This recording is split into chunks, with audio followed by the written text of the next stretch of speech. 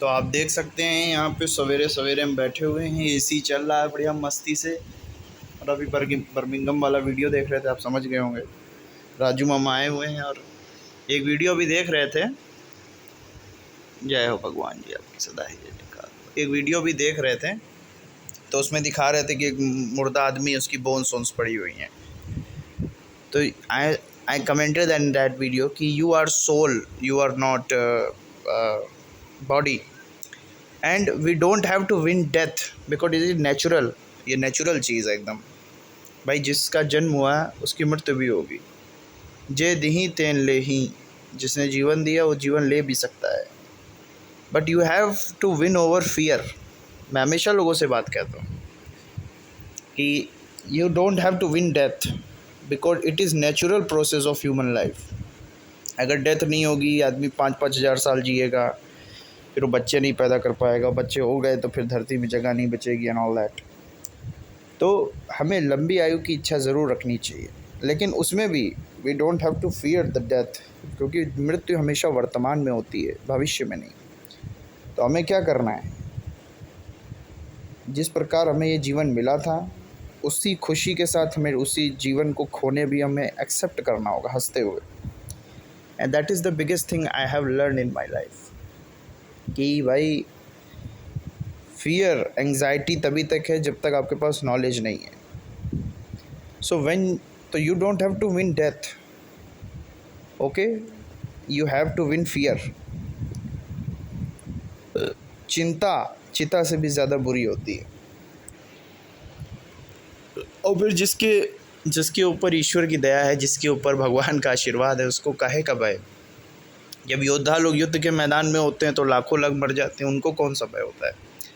तो मैं आत्मा हूँ, मैं शरीर नहीं हूँ, क्योंकि शरीर का जन्म होता है, मृत्यु होती है, आत्मा कभी मरती नहीं। और अगर कोई इस थ्योरी को नहीं भी मानता है तो if you are just your body, अगर आप सिर्फ शरीर ही हैं तो भी आप इस प्रकृति के जो पंच भौतिक शरीर है, ये उसी पंच भौतिक अवस्था में वापस पहुँचेगा। उसी में वापस मिल जाएगा। आप मिट्टी बन जाओगे, मिट्टी बन के आप फिर हवा में उड़ोगे, आप हवा बन जाओगे, आप पानी बन जाओगे, तो इसी प्रकृति का हिस्सा बन जाओगे। और ये शरीर जब छूट जाएगा ना, तो आपको वो आज़ादी महसूस होगी जो आपको कभी महसूस नहीं हुई, वो पीस महसूस होगी जो कभी पीस नहीं महसूस नहीं हुई। तो मोह तभी तक रहता है जब तक आप इस शरीर में हो। तो इसीलिए कोई भी चीज़ की अति अच्छी नहीं है, अति का मोह भी अच्छा नहीं है और अति की बुराई भी नहीं। एक बैलेंस वे में, मध्यम मार्ग में, जब आप मध्यम मार्ग में जीते हो, एक लंबी आयु स्वस्थ जीवन की इच्छा अगर आप कर रहे हो तो ये अच्छी बात है। हर आदमी चाहता है कि भाई 80 वर्ष तक तो लगभग हम जिए ही, 80 वर्ष के आसपास की अवस्था हर आदमी की इच्छा होती है। लेकिन आप कह दो कि प्रकृति के नियम के खिलाफ जाने की सोचोगे तो ये जो काम है, ये राक्षसों का काम होता है। वो हमेशा ईश्वर की हर योजना के खिलाफ जाना पसंद करते हैं। अच्छा स्वस्थ जीवन मिले और एक स्वस्थ मृत्यु मिले, बस दैट्स द मेन थिंग। देखो डेथ इज़ डेथ, सांसों का चलना ही जीवन है, जो सदगुरु ने हमको सिखाया था हमेशा, बहुत पहले, आज से नहीं तो 4-5 साल हो गए। सांसों का चलना ही जीवन है और सांसों का रुकना ही मृत्यु है। सिंपल, इससे सिंपल और कौन सा फार्मूला होगा लाइफ और डेथ के बीच में। तो कहने का अर्थ ये है कि अपने जीवन को स्वस्थ जियो, अच्छे विचार मन के लिए, अच्छा आहार तन के लिए, अच्छे संस्कार धन के लिए, सबको खुश रखो और हर दिन को ऐसे जियो कि जैसे ये आज तुम्हारा आखिरी दिन है। अपने हर उस काम को करते रहो ताकि तुम्हें संतुष्टि मिलती रहे जीवन में। अच्छे कामों को आप करते रहोगे तो आप संतुष्ट रहोगे अपनी लाइफ में। और हमेशा से फियर, एंजाइटी, चिंता, टेंशन, डिप्रेशन, फ्रस्ट्रेशन, ये सब, this is more bigger threat than death. Death तो थोड़ी देर के लिए आपको हो सकता है इरिटेट करेगी, but it will give eternal piece.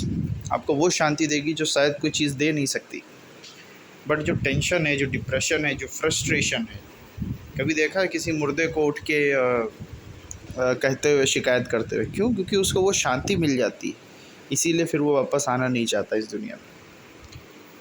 So this is, यही चीज़ हर महापुरुष ने कही और यही सत्य है। और सत्य के खिलाफ, ईश्वर की योजना के खिलाफ जाना भी अधर्म है।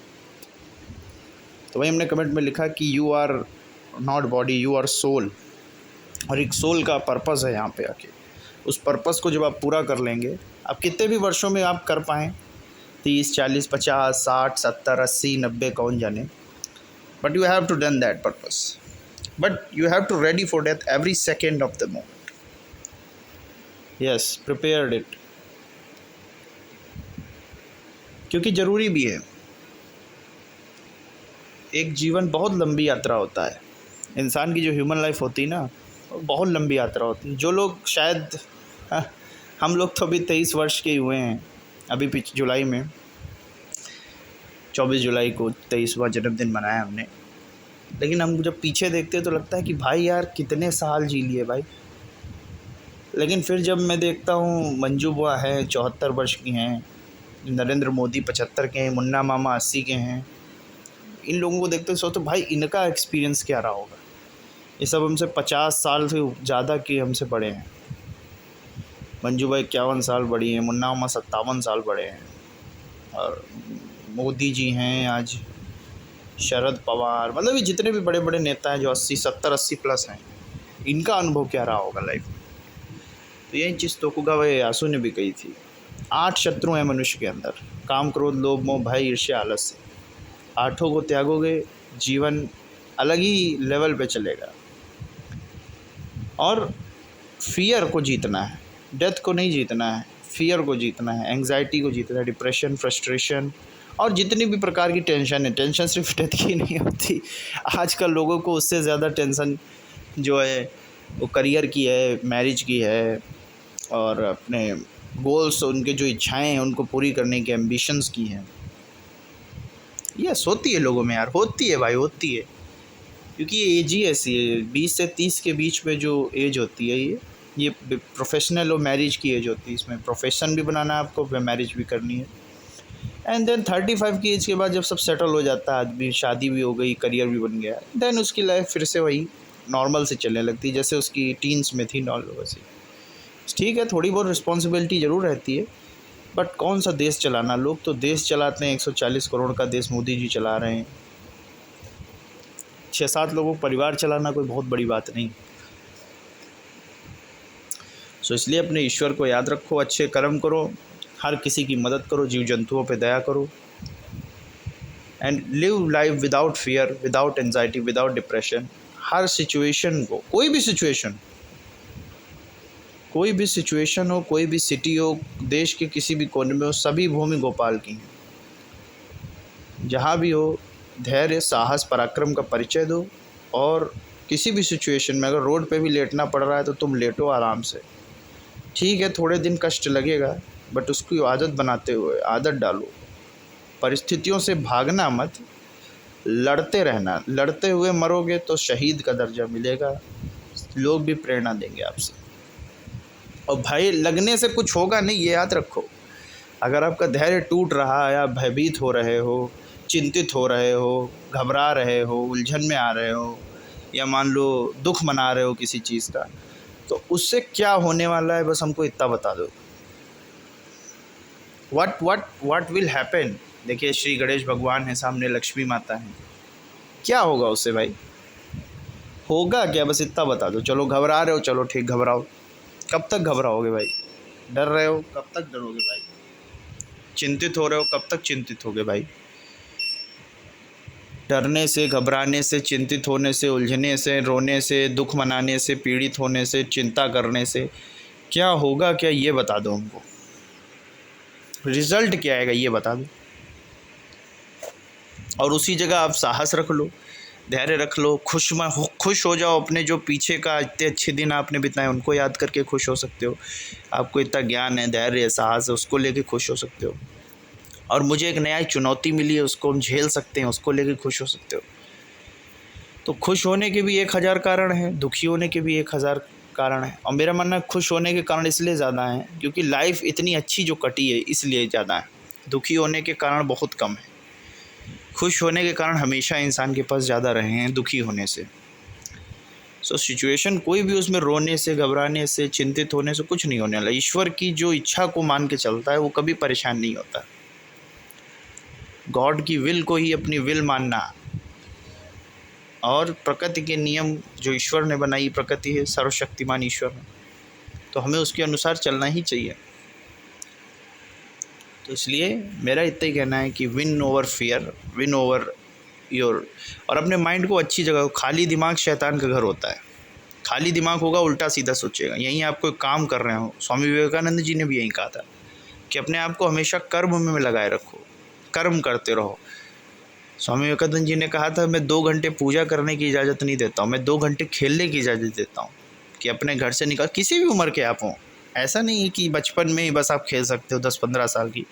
अगर आप 60-70 साल के व्यक्ति भी हैं, तो आप अगर क्रिकेट फुटबॉल नहीं भी खेल सकते हैं, तो आपके पास और भी बहुत, चेस हैं, बैडमिंटन खेल सकते हैं आप। और मान लीजिए बैडमिंटन चेस नहीं है, चेस खेल सकते हैं, लूडो खेल सकते हैं, और उसके अलावा बहुत सारे ऐसी कंपटीशन है, बुक्स पढ़ सकते हैं। बहुत मतलब अपने आप को हमेशा किसी न किसी चीज़ में लगाए रखना है। और क्या नहीं, 40-50 की उम्र तक तो आदमी क्रिकेट खेल सकता है, क्रिकेट और बैडमिंटन और ये सब 50-55 साल की उम्र तक खेल सकता है, ऐसा नहीं है। 60 के बाद आदमी जो है नहीं खेल पाता ये सब खेल, क्योंकि फिज़िकल एक्टिविटी उतनी नहीं रह जाती, एनर्जी उतनी नहीं रह जाती है। बट उसके बाद भी कई सारी चीज़ें जो आदमी कर सकता है, उस करना चाहिए उसको। I believe that. तो बस यही विचार मन में आया था, वो वीडियो देखा तो लोग बहुत जल्दी फियरफुल हो जाते हैं। नहीं, फियर होता है, हमको भी था एक समय, जब फर्स्ट टाइम आई 2020-21 में पहली बार जब हमने ग्रेवयार्ड और ये सब वीडियो देखना शुरू किया, तो मैंने भी इस पर थिंकिंग की क्या होता है। बट देन आई थिंक कि ये इसीलिए रहस्य ईश्वर ने रखा क्योंकि इसके पीछे कारण होगा कोई। क्योंकि अगर सब मालूम चल जाएगा तो फिर इंसान नहीं रह जाएगा कि डेथ के बाद क्या होता है। तो भगवान ने इसीलिए वो बात छुपा के रखी है। That is the case.